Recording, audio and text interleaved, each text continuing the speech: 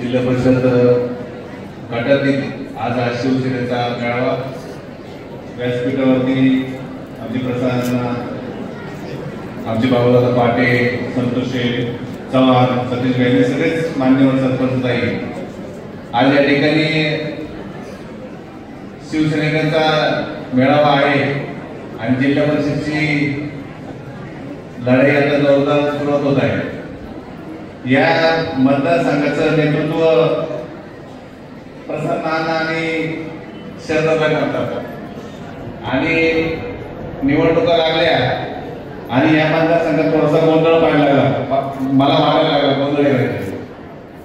मी हा प्रश्न केला की बाबा मी स्वतः ते साईडनीच उमेदवारी जाहीर केल्या, साईड जर गणेश उमेदवारी माझी जाहीर झाली, जेव्हा उमेदवारी माझी माझं कोण नावच घेत नाही, मी सुद्धा इच्छुक आहे जिल्हा परिषदला, ते लक्षात राहिलं सांगितलं। सुरुवात तर मीच केली ना अण्णा, गोष्ट तर मी केली ना, म्हणतात गोंधळ दिसतोय आपण जातो उमेदवारी जाहीर करा। तर निवडणुका लागले, एक 3-4 जण इच्छुक आहे जिल्हा परिषदेला।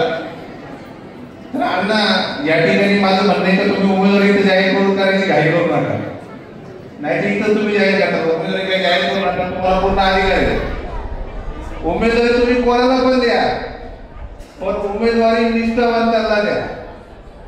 उमेदवारी देताना निष्ठावंत, या ठिकाणी एवढं जर तुम्ही जाहीर केलं झालं नाही तुम्ही उमेदवार आम्ही कोणाला पण देऊ, निष्ठावंतांना देऊ। अचानक ऐन टायमाला आया केलेले आम्हाला उमेदवार चालणार नाही। निवडून कसं आणायचं आपल्या उमेदवाराला, ही आमच्यामध्ये हिंमत आहे, कष्ट करण्याची ताकद आहे आणि काय निवडणुकीत रणनीती आखायची ती आम्ही आमचं बघूया। पण या ठिकाणी उमेदवारी देताना ही जी काही 2-4 मंडळी आहेत इथं व्यासपीठावर, त्यांच्यापैकी कोणाला तरी द्या, आम्ही सगळेजण त्यांच्या मिळून काम करू। मग तुम्ही आळ्याचा उमेदवार द्या, पिंपळवंडीचा द्या, जर तुम्ही आळ्याला उमेदवार दिली तरी आमचं पिंपळवंडी करायचं काही म्हणणं नाही, पिंपळवंडी वडगाव करण्याला द्या, पिंपळवंडी करण्याला उमेदवार दिली तरी काय हरकत नाही, आम्ही कोण नाराज नाही। आम्ही तुमचे प्रचार प्रमुख म्हणून काम करू, उद्या मला उमेदवारी भेटली तरी मी मयूरचा प्रचार प्रमुख राहील, आमच्या रवी भाऊला भेटली, आमच्या बंटी भाऊला भेटली, बंटी भाऊला भेटली, काही अडचण नाही, सगळे आपलीच मंडळी।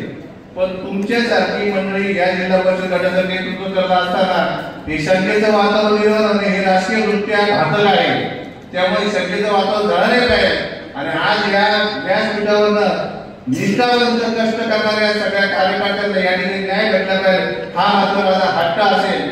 आणि आज या ठिकाणी आपण ह्या ठिकाणी ही सगळी मंडळी कष्ट करायला आहेत आणि 100% यश इथे धनुष्यबाणाला भेटेल याबद्दल माझ्या मनामध्ये काही शंका नाही। आणि दादांना आमदार करताना आपण जी सगळ्या मंडळींनी कसं दाखवली, तर जिल्हा परिषद हा थोडीशी गाव आहे, इथं कसं दाखवायला काय अडचण येणार नाही। आणि 100% मी जी कोण मंडळी इच्छुक आहे मगापासून सगळेजण एकच म्हणतात ते काय यांना उमेदवारी भेटली तर नाराज होऊ नका, त्यांना उमेदवारी भेटली तर नाराज होऊ नका। अहो विनाकारण कशाला होतं, कोण नाराज होणार नाही।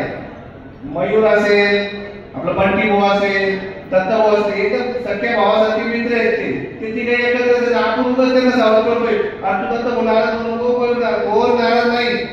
शरद दादा आणि प्रसन्नांना कळवतील, तो उमेदवार असेल, तो उमेदवार 100% विजय होणार याच्याबद्दल माझ्या मनात काही खात्री नाही। आणि या ठिकाणी सांगतो की अण्णा हा तुमच्यासाठी प्रतिष्ठेचा विषय, शरदासाठी प्रतिष्ठेचा विषय, तुम्ही ज्या भाऊसाठी प्रतिष्ठेचा विषय, तुम्ही ज्यावेळेस निवडणुकीला उभे राहतात तेव्हा आम्ही मंडळी वाचणार करून तुम्हाला या समाजामध्ये उंचवून याचं काम आम्ही कार्यकर्ते करतो। त्यामुळे तुमची जबाबदारी शरदाची, तुमची बाबूला तुमची, तुम्ही जो सर्वसामान्य कार्यकर्ता आहे त्याला उंची द्यायचं, त्याला ताकद मिळवण्याची जबाबदारी तुमची आहे।